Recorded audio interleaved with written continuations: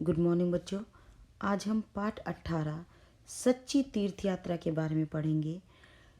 तो यह कहानी शुरू होती है रूस के एक गांव में। एफिम और एलिशा नाम के दो व्यक्ति रहते थे। दोनों घनिष्ठ मित्र थे। एफिम धनवान था, पर एलिशा अपने मित्र की तरह संपन्न नहीं था। वह मधुमक्खियों को पालकर अपने परिवार का जीवन निर्वाह करता था। उसका स्वभाव बहुत अच्छा था। वह सबके साथ मिलजुल कर रहता था।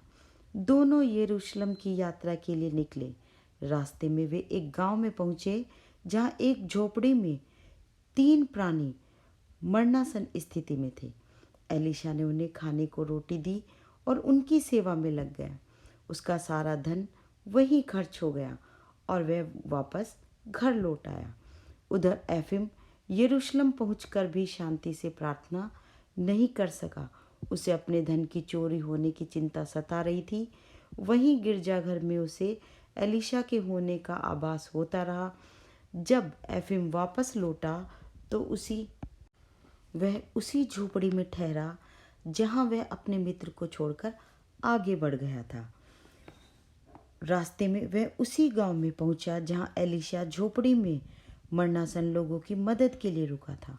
उसने उस झोपड़ी के द्वार पर दस्तक दी। बुढ़िया ने दरवाज़ा खोला और स्वागत करते हुए बोली, आइए बाबा, हमारे साथ ठहरिए और भोजन कीजिए। हम सदा यहाँ आने वाले यात्रियों की मदद करते हैं। हमारा जीवन एक यात्री के कारण ही बचा था। तब से हमने अपने जीवन का रंग ढंग ही बदल दिया। एफिम ने देखा कि वहाँ पहले से जैसा कुछ भी नहीं था। एफिम समझ गया कि वह बूढ़ी स्त्री किसकी बातें कर रही है। जब एफिम ने जानना चाहा कि एलिशा कहाँ है तो उसने कहा, मैं नहीं जानती कि वह कौन था, मनुष्य या देवदूत।